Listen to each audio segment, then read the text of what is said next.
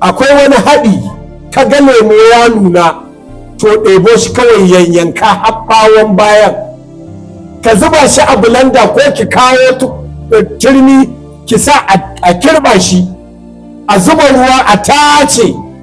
Duk macen da za ta dinga shan wannan tana ba wa 'ya'yanta daga farkon ramadana har ƙarshe, ƙwayar cutar ciwon kansa ba ma zai shigo cikin gidanki ba.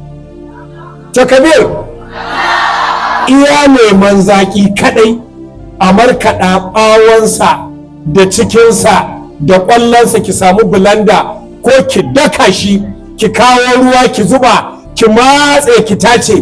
Da an zo yin azumin nan an sha ruwa ki miƙa wa kowa. Ice wannan wani irin lemo ne, na ji yana kama bakina ko har da ɓawon, ki shiru, inda ɗan sukari ma a fa a ciki ya daɗa zaƙi.